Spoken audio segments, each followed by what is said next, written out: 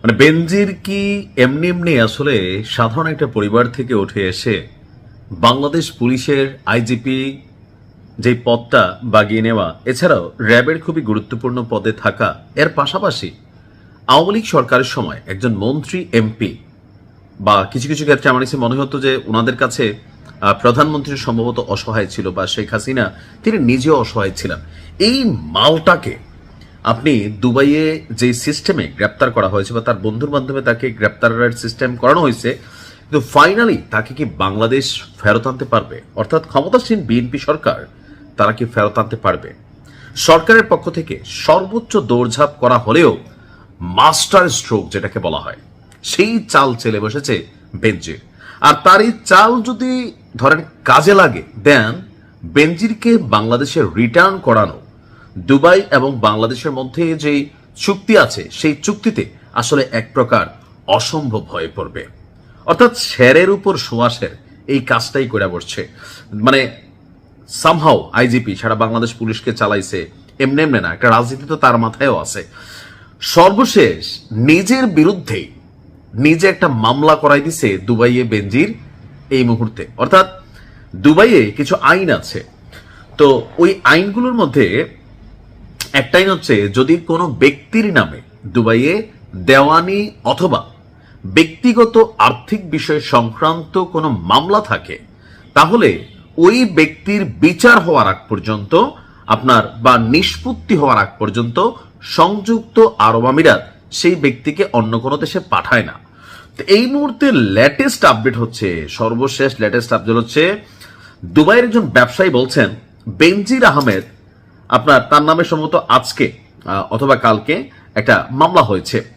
মামলাটা হচ্ছে অপরাধের অভিযোগ তোলা হয়েছে, মামলা এটাতে প্রসেসিং আছে। এটা কি যে তার বিরুদ্ধে আর্থিক অপরাধের অভিযোগ তোলা হয়েছে।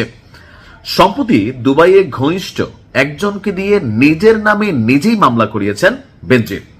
দুবাইয়ের একাধিক সূত্র বলছে যে এটি মূলত বেনজিরের বাংলাদেশে প্রত্যর্পণ ঠেকানোর চেষ্টা, অর্থাৎ এ বিষয়ে যেন তাকে বাংলাদেশে পাঠানোর সুযোগ না হয়, কারণ 30 দিনের মধ্যে তাকে কিন্তু সরকার নিয়ে আসবে এই মুহূর্তে।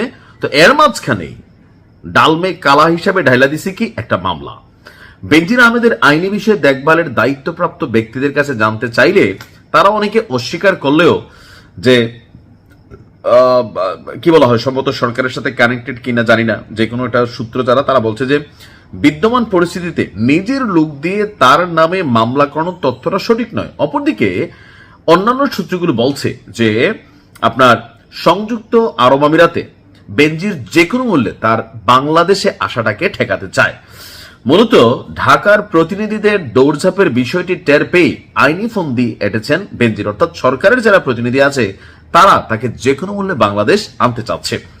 দুবাইয়ের একজন ব্যবসায়ীর মন্তব্য অনুযায়ী বেনজির আহমেদের যে আইনি লড়াই এটা এখনো শেষ হয় নাই, বরং তার বাংলাদেশ ঘিরে যে ফিরে আসার ইস্যু, এখানে নতুন করে আইনি এবং কূটনৈতিক একটা তৎপরতা শুরু হয়েছে।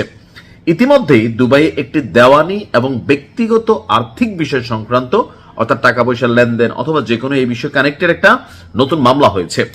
ওই ব্যবসায়ীর মতে এই আইনি পদক্ষেপের কারণে বেনজির বাংলাদেশে ফেরত পাঠানোর যে উদ্যোগ সেটাকে থামিয়ে দিতে পারবে, অর্থাৎ এটা থেমে যেতে পারে।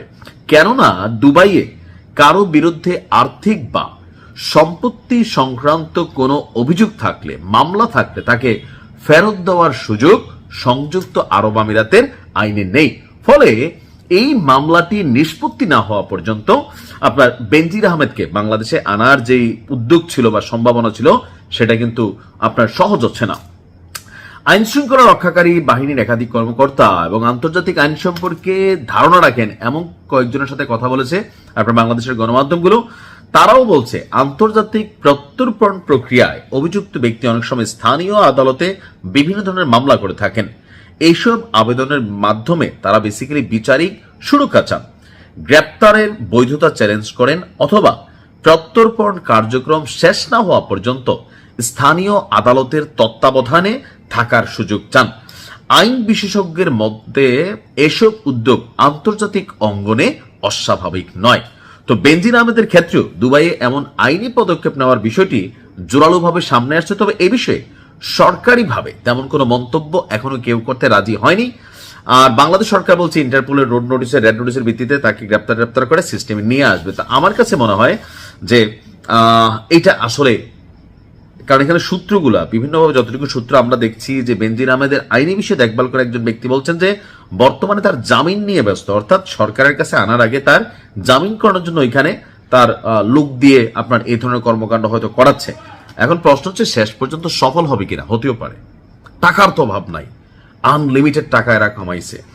সো আর বাংলাদেশে সারা পৃথিবী জুড়ে আপনার দেখেন কিছু রুলস আছে, অর্থাৎ আওয়ামী লীগ সরকার 17 বছর যখন ক্ষমতায় ছিল পৃথিবীর অনেক দেশের সাথে সুসম্পর্ক ছিল, কিন্তু এত সুসম্পর্ক থাকার পরেও অনেক অপরাধী যারা ইউরোপ আমেরিকার বিভিন্ন রাষ্ট্রগুলোতে বসবাস করত, যাদের সাথে বাংলাদেশ সরকারের বিলিয়নস অফ ডলার বিজনেস ছিল, কিন্তু এদিক থেকে এটা তারা দেয় নাই। ওইখানে বহুত মানবাধিকার আছে যে না এই মুহূর্তে বাংলাদেশে আসলে তাকে এটা করা হবে ওইটা করা হবে, এরকম নানান কিছু তারা আইনজীবীরা কিন্তু এখানে চেষ্টা করবেন, কারণ টাকা তো তাদের আছে। এখন দেখা যাক সরকার আসলে কতটুকু সফল হন। ভালো থাকুন, আসসালামু আলাইকুম।